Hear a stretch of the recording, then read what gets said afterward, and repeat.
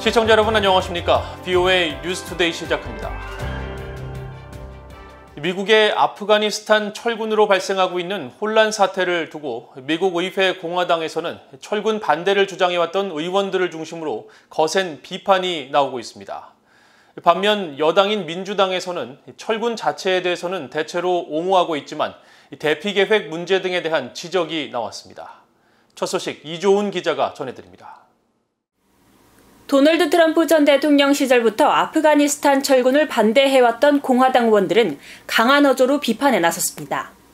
미치 맥코넬 상원 공화당 대표는 특히 완전한 재앙이라며 이번 철군은 미국의 명성에 얼룩을 남길 것이라고 주장했습니다.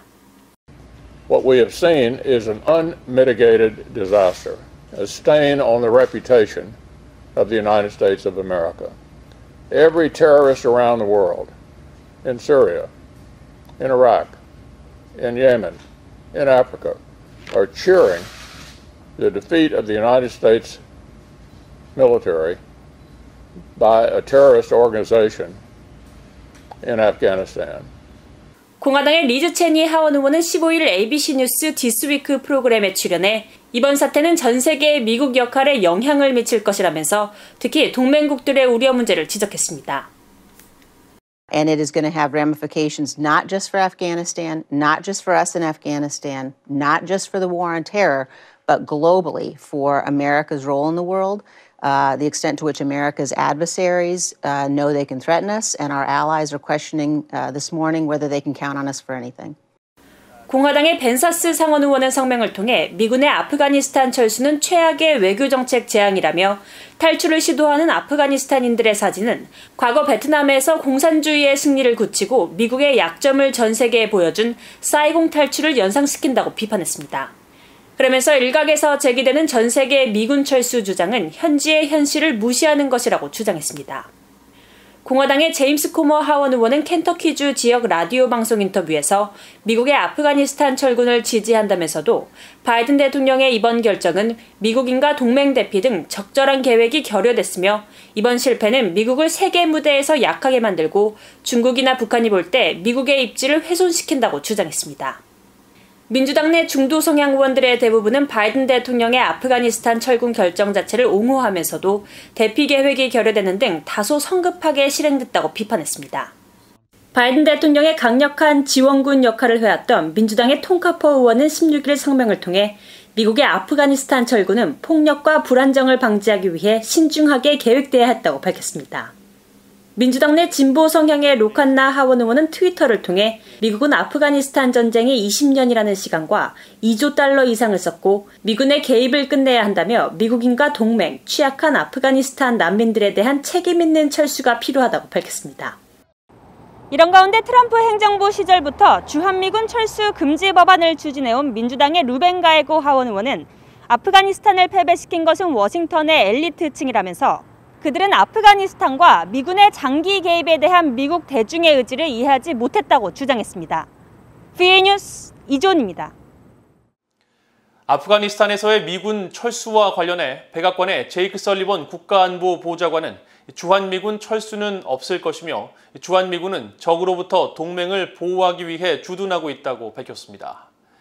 설리번 보좌관은 17일 언론 브리핑에서 아프가니스탄에서의 미군 철수가 한국 등 다른 나라에서의 철수로 이어질 가능성이 있느냐는 질문에 바이든 대통령이 반복해서 밝힌 것과 같이 한국이나 유럽에서 미군을 철수할 의도가 전혀 없다고 밝혔습니다.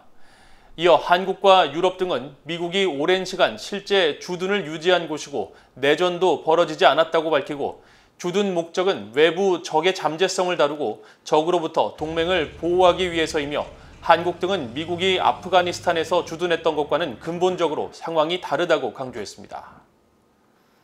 미국의 대륙간 탄도미사일 ICBM 방어 역량은 주로 북한에 초점을 맞추고 있으며 차세대 요격 시스템은 오는 2028년 실전 배치할 것이라고 글렌 베너크 미국 북부사령관 겸 북미 항공우주 방위사령관이 밝혔습니다.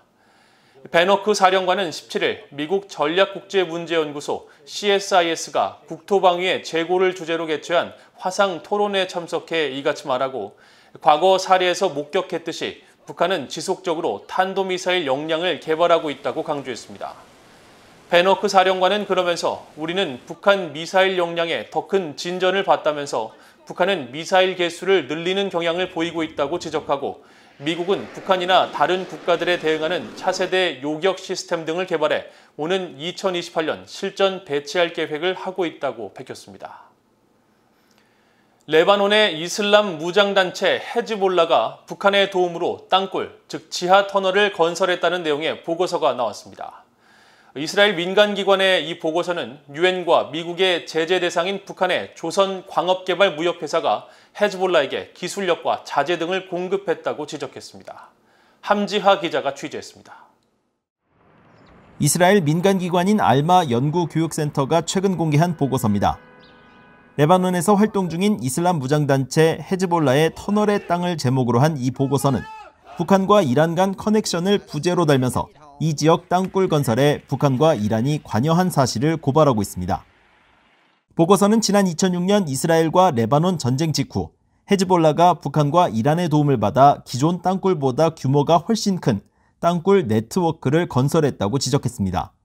특히 땅굴은 수십 킬로미터로 연결돼 있으며 레바논의 수도이자 헤즈볼라의 본부가 있는 베이루트 지역과 헤즈볼라의 작전 후방기지인 베카 지역, 그리고 이스라엘과 국경을 맞대고 있는 남부 군사 요충지를 전략적으로 연결하고 있다고 밝혔습니다. 또 이들 땅굴은 북한이 과거 한국 비무장지대에 만든 땅굴과 비슷한 모습을 하고 있으며 크기로 볼 때 무장 군인들이 빠른 속도로 이동할 수 있고 작은 차량 등도 통과할 수 있는 형태를 갖췄다면서 땅굴 건설에 유엔 안보리와 미국 재무부의 제재 대상 기관인 북한의 조선광업개발무역회사가 주도적으로 나섰다고 밝혔습니다. 헤즈볼라는 2014년 이 회사가 1,300만 달러 규모의 계약을 통해 각종 장비와 자재는 물론 전문 인력 6명을 지원받았으며 이 중 600만 달러는 현금 대신 헤로인과 코카인 등 마약으로 당시 중국과 태국 등지에서 레바논과 이란 관계자에 의해 북한 측에 전달됐다고 보고서는 주장했습니다. 북한은 한국 침략을 목적으로 과거 땅굴을 만들었습니다.